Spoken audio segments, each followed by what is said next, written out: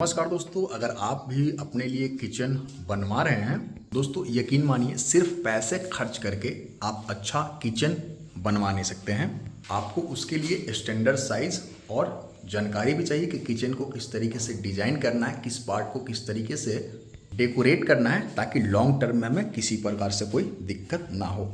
अब जैसे स्लैब के नीचे वाला जगह देख सकते हैं, बहुत ही कम दोस्तों इस तरीके से ये टाइल्स लगाने का सही तरीका बिल्कुल भी नहीं हो सकता है। दोस्तों ये जो एग्जॉस्ट फैन का पॉइंट है ना, ये भी तो नमस्कार दोस्तों, चलिए आपको बताता हूँ किचन में स्टैंडर्ड साइज क्या होता है। टाइल्स वगैरह लगाने में जो यहाँ पे गलती किया जा रहा है, फिर जो भी मिस्टेक्स हुए हैं मिस्त्री के द्वारा, वो आपको अपने साइड पे बिल्कुल भी नहीं करने हैं। तो इस वाले किचन का पूरा वॉक थ्रू आपको दिखाने वाला हूँ। सबसे पहले स्टार्ट कर लेते हैं जो किचन का एंट्रेंस है। दोस्तों आपको अगर किचन के अंदर में फ्रिज रखना है तो कभी भी एंट्रेंस 3 फीट से आपको कम नहीं रखना, ये चीज़ें हो गई।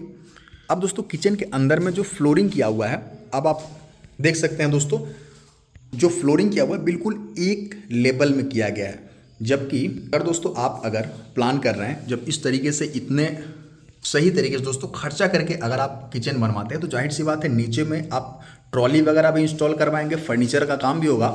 तो प्लाईवुड कितना भी वाटरप्रूफ क्यों ना हो, उसे हमें पानी से बचाना ही पड़ता है। और ऐसे केस में दोस्तों आप देखेंगे जो स्लैब होता है ना, तो इस तरीके से जब टाइल्स लगाने की बारी आती है तो स्लैब के नीचे वाला, ये जो नीचे वाला पार्ट है ना, इसको आपको कम से कम 1 इंच दोस्तों ऊपर एक्सटेंड करके ऊपर की तरफ निकाल करके दोस्तों, मतलब कि जो किचन का बाकी पार्ट है और स्लैब के बिल्कुल नीचे दोस्तों आप देखेंगे, जैसे कि ये स्लैब दोस्तों आप देख सकते हैं कि 2 फीट चौड़ाई लिए हुए है।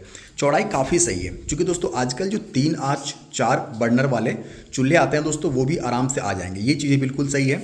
दूसरी चीज़ दोस्तों, यहाँ पे सिंक का साइज को बढ़ाया गया है, तो इसमें आप सिंगल बाउल की जगह में दोस्तों डबल बाउल सिंक का इस्तेमाल कर सकते हैं। अब डबल बाउल का क्या काम होता है, ये जो सिंक रहता है ना, बीच से उसमें पार्टीशन रहता है, थोड़ा साइज बड़ा होता है, जगह ज़्यादा लेता है, लेकिन उससे फ़ायदा ये होता है दोस्तों, एक पार्ट में आप बर्तन धो सकते हैं और दूसरे पार्ट में वेजिटेबल फ्रूट्स वगैरह की सफाई आप कर सकते हैं। ये चीज़ें हो सकती हैं। अब आते हैं नीचे वाले पार्ट और फ्लोर लेवल में मैं कुछ आपको जो डिस्कस कर रहा था।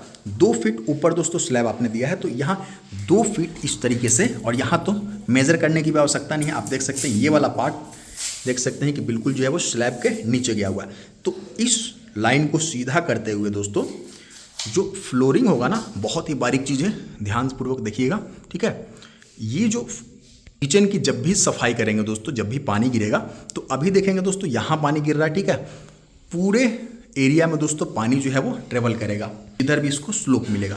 लेकिन दोस्तों क्या होता है कि स्लैब के नीचे वाले पार्ट को 1 इंच एक्सटेंड करके ऊपर उठा करके लगाने से दोस्तों फ़ायदा ये होता है कि आप जब इसके ये पूरे एरिया को जब फर्नीचर वाला काम करवाएंगे, जब ट्रॉली वगैरह इंस्टॉल करवाएंगे, तो उस समय क्या होता है दोस्तों कि वो पानी के संपर्क से कट जाता है। चूँकि ये वाला जो फ्लोरिंग है ना 1 इंच ऊपर की तरफ लगाया हुआ है, जब भी पानी आएगा दोस्तों इसी पार्ट में रहेगा, वो आपके फर्नीचर वाले पार्ट में कभी भी नहीं जाएगा, ठीक है। लेकिन इस तरीके से एक ही लेवल में करवाएंगे तो बिल्कुल वो अंदर की तरफ जाएगा और आपका फर्नीचर समय से पहले ख़राब होगा।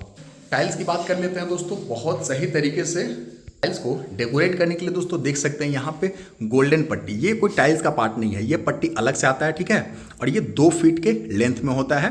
और आप चाहें तो दोस्तों इसमें जो है वो 4 फीट का लेंथ वाला भी एक पट्टी आता है, गोल्डन पट्टी, जो कि मेटालिक होता है, जिसमें ये जो बीच बीच में हर एक 2 फीट के बाद में एक ज्वाइंट होगा, ठीक है, चूंकि ये 2 फीट में ही आता है। देख सकते हैं यहाँ पे एक ज्वाइंट है, ठीक है, इस तरीके से नीचे देखेंगे यहाँ पे एक ज्वाइंट है। 4 फीट वाले भी एक बार अपने बजट के अनुसार दोस्तों आप चुनाव कर सकते हैं इस गोल्डन पट्टी का, ठीक है। अब दोस्तों मिस्त्री ने थोड़ा सा मिस्टेक क्या किया है, यहाँ पे आप देख सकते हैं ये जो टाइल्स लगाया है ना, ये आपको पता नहीं वीडियो में कैसा लग रहा है, लेकिन ये टाइल्स लगाने का सही तरीका बिल्कुल भी नहीं हो सकता है। किस तरीके से, तो टाइल्स किसी भी कंपनी का हो, कितना भी अच्छा हो, उसको लगाने का तरीका सही होना चाहिए। जैसे कि ये जो पार्ट बाहर से आपको दिख रहा है ना, ये बिल्कुल लुक को ख़राब करता है। तो लगाने का सही तरीका क्या हो सकता है दोस्तों, मिस्त्री की भाषा में अगर बोला जाए तो ये जो एज है ना, एज पे वो लोग चोंच काटते हैं 45 डिग्री पे, ठीक है। ये आप देख सकते हैं इधर से आकर के इधर मुड़ा हुआ है, ठीक है। ये 90 डिग्री जो कोण बना रहा है ना, तो इस टाइल्स के टुकड़े का दोस्तों एग्जाम्पल लेकर के मैं आपको बता रहा हूँ किस तरीके से इसको लगाना चाहिए। ये जो एज है ना, इसको इस तरीके से दोस्तों 45 डिग्री में इस तरीके से जो है वो मशीन से काटा जाता है। 45 इस तरीके से तिरछा, ठीक है। एक 45 डिग्री इसमें बनाएंगे इस वाले में, और एक 45 डिग्री इसमें बनाएंगे दोस्तों। तो ये वाला जो पार्ट, ये जो पीछे का पार्ट है, ठीक है, आगे का पार्ट आप देख सकते हैं कलरफुल है, पीछे का आप देख सकते हैं ये सिरामिक टाइल्स है, ठीक है। इस तरीके के टाइल्स जब भी लगवाते हैं आप इसको लगाने से पहले पानी में अच्छे तरीके से भिगो लेंगे ताकि इसकी पकड़ अच्छी बन पाए। और ये दोनों में दोस्तों 45 डिग्री का कटिंग अगर करेंगे तो ये जो डिस्कलर वाला पार्ट जो यहाँ पे दिख रहा है ना, ये बिल्कुल भी नहीं दिखेगा। यहाँ से ये वाला पार्ट आएगा और यहाँ से ये वाला पार्ट, ये पार्ट ऑलरेडी अंदर की तरफ रहेगा।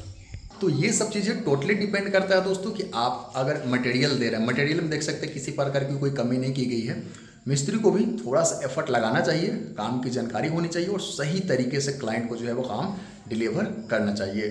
अब जो स्लैब का हाइट है ना, स्लैब का हाइट है तो बहुत से लोग ये भी कमेंट करते हैं कि इसमें गैस सिलेंडर हम नहीं रख सकते हैं, ठीक है। आपको मैं दिखाना चाहूँगा, हर किसी का एक जैसा घर की बनावट होती है ना, तो दोस्तों सिचुएशन होता है। देख सकते हैं बाहर में आप कहाँ पे सिलेंडर रखने जाएंगे। हर जगह दोस्तों अभी जो है वो पाइप से गैस सप्लाई नहीं हो रहा है। ऐसे में आपको सिलेंडर का ऑप्शन तो लेके चलना ही चाहिए। जैसे कि आप देख सकते हैं सिलेंडर खुद 25 इंच का होता है, ठीक है। तो आप इस तरीके से कम दोस्तों 27 इंच का अगर जगह देंगे तो आप आराम से सिलेंडर को अंदर रख भी सकते हैं और बाहर की तरफ निकाल भी सकते हैं, क्योंकि 25 इंच के करीब में सिलेंडर का जो है वो हाइट होता है। और वो किसी भी कंपनी के लीजिएगा वो बिल्कुल स्टैंडर्ड साइज होता है, वो सरकार के द्वारा डिसाइड किया हुआ साइज है, तो आपको दिक्कत होने वाली नहीं है। इन सब छोटी चीज़ों को अगर इग्नोर करेंगे दोस्तों तो जाहिर सी बात है कहीं ना कहीं आपको कॉम्प्रोमाइज़ करना पड़ेगा। किचन में दोस्तों इस तरीके से जो है वो सीलिंग लाइट वगैरह आप लगवा भी सकते हैं। वास्तु के अनुसार अगर देखा जाए तो किचन जो है वो अग्नि कोण पे होना चाहिए, मतलब कि पूरब और दक्षिण का जो कोण होता है दोस्तों, वहाँ पे किचन बनाना बहुत सही माना जाता है। दोस्तों जो एग्जॉस्ट फैन है, ठीक है, ये पूरब ये दक्षिण, ठीक है, तो आपको पूरब की तरफ फेस करके खाना बनाना भी वास्तु के अनुसार सही माना जाता है। ऐसे में दोस्तों आप चूल्हा अगर यहाँ पे रखते हैं, ठीक है, आपको एग्जॉस्ट फैन भी इसी के ऊपर रखना होगा, ठीक है। इस तरीके से आप करेंगे तो आपको एक साइड अगर चूल्हा है दोस्तों तो उसके जस्ट ऊपर में आपको एग्जॉस्ट फैन का ऑप्शन देना चाहिए, ना कि दूसरे वाले दीवार में, ठीक है। और एग्जॉस्ट फैन का नीचे में दोस्तों जो है वो कभी भी आपको इस तरीके से जो स्लैब दिया हुआ है, ये देख सकते हैं स्लैब दिया हुआ है ना, ये काफ़ी अच्छा काम किया गया। जिधर से एंट्रेंस है, एंट्रेंस के ऊपर में स्लैब दे दीजिए, ये बाहर हॉल से भी नहीं दिखता है।